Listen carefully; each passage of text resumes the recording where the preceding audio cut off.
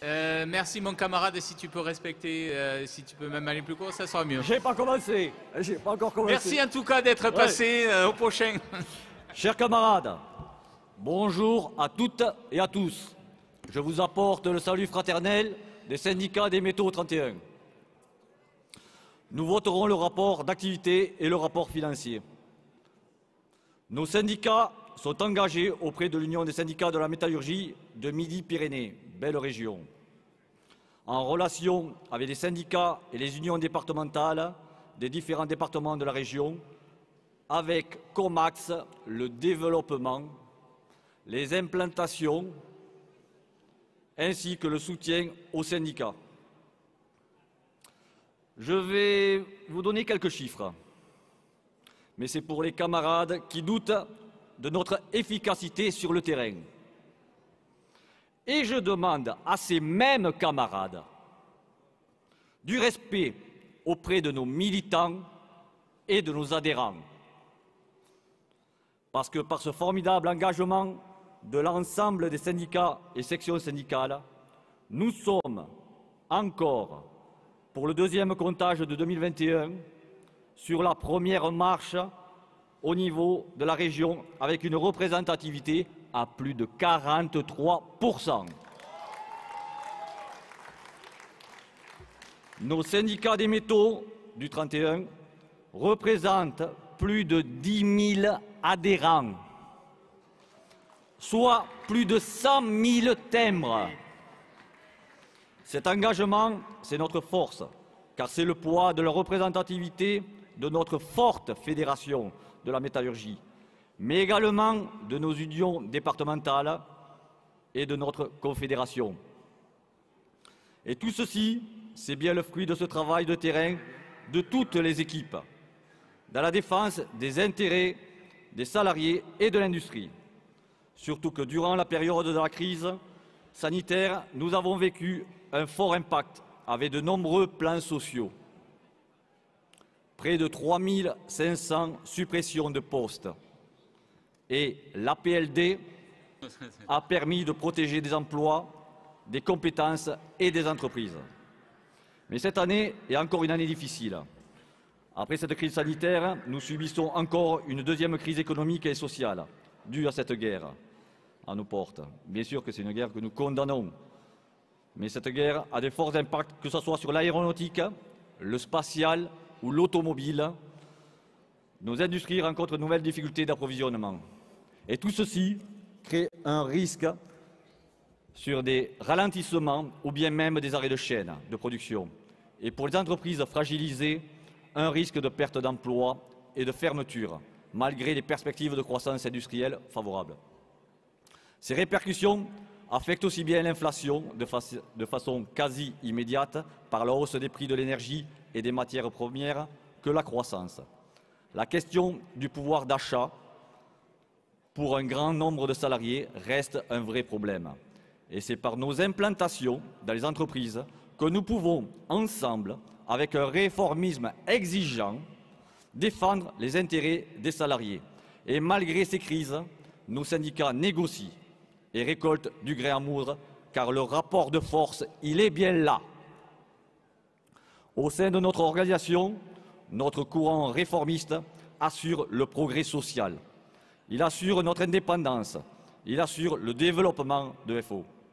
Cette force des métaux, nous la mettons régulièrement au service des unions départementales, car ce soutien est important pour la défense et la promotion du service public. Et c'est aussi une force pour notre confédération, contre ces attaques à la liberté syndicale, mais aussi contre ceux qui choisissent l'unique voie de la lutte, par les blocages, les grèves et la révolution, ceux qui fragilisent le fondement de notre syndicat par des dissensions internes ou des scandales. Nos différences et nos discussions peuvent nous faire grandir, mais seulement s'il y a du respect. Car c'est le souhait de nos militants et de nos adhérents. Ne jamais oublier qui nous sommes et qui nous représentons. Une forme dangereuse de défiance des partis politiques s'est installée et n'a cessé de grandir, transformant les rapports sociaux à tous les niveaux en conflits permanents. La confiance des salariés ne se construit que sur la continuité d'un engagement syndicaliste fort et proche du terrain, et pas sur des effets de tribune ou des exutoires personnels. Car sur le terrain, oui, on le connaît le terrain, il y a de la souffrance. Mais qu'est-ce qu'on nous promet? Une réforme des retraites? Est-ce vraiment le moment de faire travailler plus longtemps ceux qui ont 62 ans, quand on voit les difficultés à retrouver un emploi? Non, il vaut mieux faire en sorte que les jeunes qui rentrent massivement sur le marché du travail trouvent un emploi et de ne pas les sacrifier encore une fois. Remettre cette réforme sur la table, dans la situation actuelle, risque d'engendrer un conflit majeur. Surtout que l'on vient de subir un passage en force de la réforme tant décriée de l'assurance chômage, qui a réduit les droits des chômeurs et des demandeurs d'emploi, notamment pour les plus jeunes, qui sont souvent au bord du gouffre. Chers camarades, il y a encore trop de salariés en difficulté, dus à leurs contrats précaires ou partiels, et qui créent des travailleurs pauvres. Cette pauvreté qui reste installée et qui Mon camarade, une minute, s'il te plaît. Un Français sur 5 et trop souvent des primes défiscalisées et désocialisées, qui compensent des augmentations de salaire nécessaires. Mais ces primes restent aléatoires. Elles ne facilitent pas l'accès au logement, elles ne permettent pas un cumul salarial pour le calcul de la carrière et n'entrent pas bien sûr dans le financement de l'action publique. Devant cette inflation, revendiquons des augmentations générales pour tous avec l'hausse de revoyure. Chers camarades, derrière ces politiques de chiffres que l'on nous sert, ce sont des familles avec des craintes, de la souffrance et de la colère, surtout quand un salarié doit choisir entre payer son loyer ou remplir son frigo. Avec une inflation qui dérape, le pouvoir d'achat est une priorité. Ce sont des vagues successives de sentiments de colère légitimes qui frappent à nos portes. Et cette relance ne peut conduire à opposer les salaires à l'emploi, car les salariés ne sont pas responsables de ces crises. Merci, mon camarade. Ils ne doivent pas être la variable d'ajustement pour des entreprises avides d'asseoir leur rentabilité au sommet du CAC 40. Mes chers camarades, la négociation est certes la vertu Tu peux de l'info, conclure, mon camarade, s'il te plaît. Ouais. Merci. Mais il nous appartient de réagir vivement au regard de la situation préoccupante qui va laisser de nombreux salariés sur le bord de la route ou sur les ronds-points. Et il serait dramatique de prendre le risque de laisser aux mains de la finance l'avenir de nos générations futures.